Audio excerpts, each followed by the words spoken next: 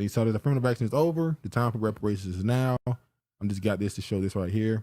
Because somebody is making the point that the case the case against local reparations, they said that as the city and state programs pop up and compensate Black Americans for past harms, two experts are calling the idea of local reparations an oxymoron. That is Sandy Darity. Also, they denied, they threw out the case against the Tulsa, Oklahoma, the 1921 race massacre. Reparations. Yeah, they threw that out to court. They said they will appeal it, but I don't think that's going nowhere. I think that's pretty much murder she wrote for that. He said local reparations are an impossibility, a virtual oxymoron, right? Duke University professor William A. Darity Jr. and arts consultant Kirsten Mullen. Reparations have gradually built esteem in the cities, yada, yada, yada. Reparations undertaken by state and local governments or by individuals or other private organizations simply cannot meet the goal. They write in a chapter of the book, a series of essays from Black historians and sociologists edited by Darity and Mullen. Neither state and local governments nor other organizations, individually or collectively, have the financial wherewithal to eradicate the difference in Black and white net worth. Agree with that? There's no point in going for reparations locally because they won't be able to pay the ticket. Yeah, I said it should go government. It should just be. You think it should go straight? So you think that the study, quote unquote, low, but then you should send it up to the government to actually pay the bill.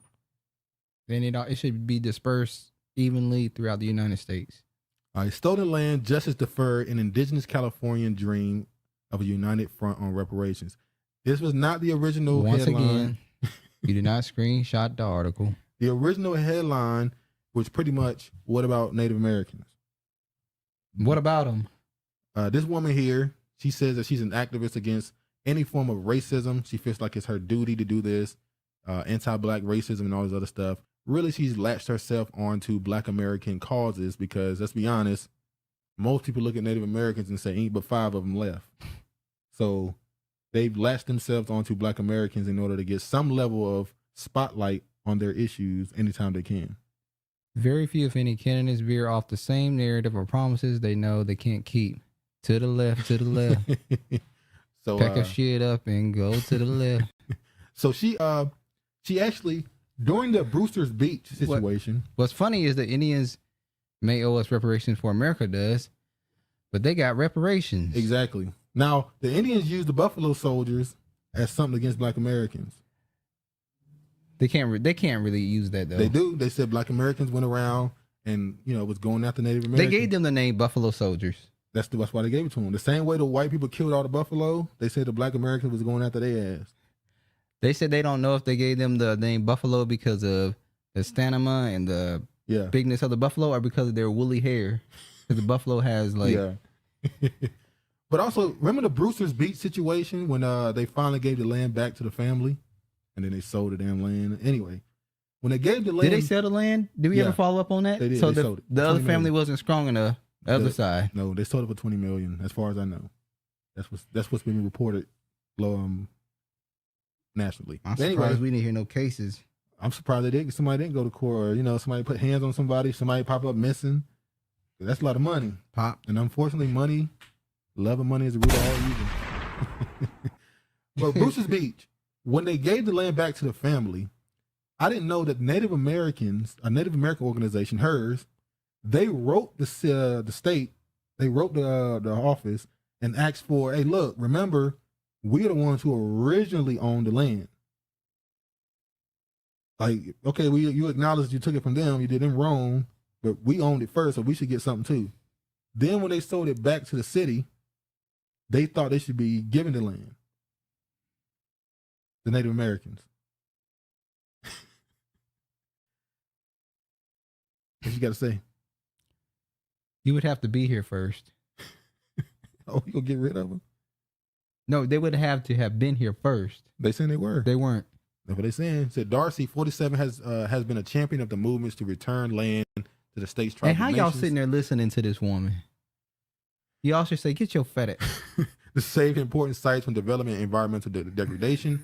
She was part of a coalition of indigenous activists and environmentalists that joined forces to block a proposed 6-lane toll road through the ancient village site of burial ground known as the Panhe of Orange County San Onofre State Beach. Her organization helped stop whatever.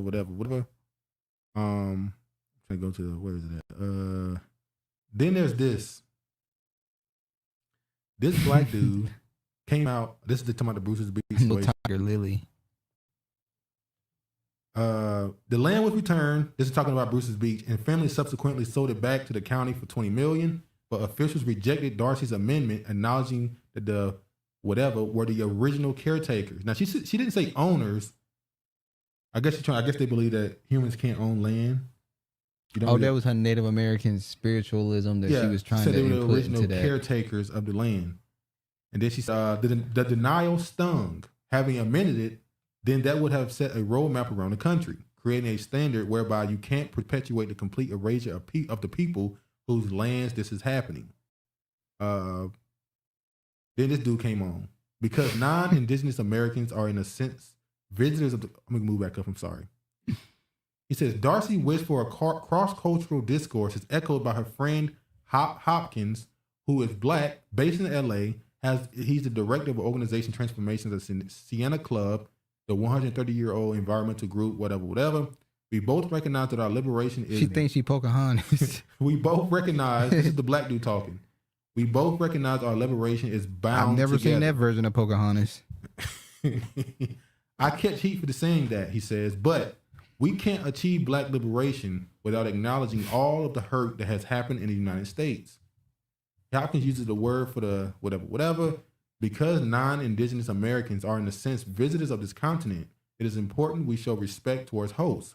Hopkins said, the show of difference isn't a threat to black justice, he says, but rather an opening for mutual understanding. We the only people. Only people. We got to help them first. We are literally the only people that would do some shit like this. I remember, what's her name? The white woman that was going around doing all the race tests. Jane. Remember she was niggas really like her. Oh, Jane, she cool. They asked her about reparations. I think we can't talk about reparations for blacks until we give it to Native Americans. And then we said, this white bitch. We knew you want shit when you doing all of this. You didn't have me fooled. Y'all turn on that woman immediately.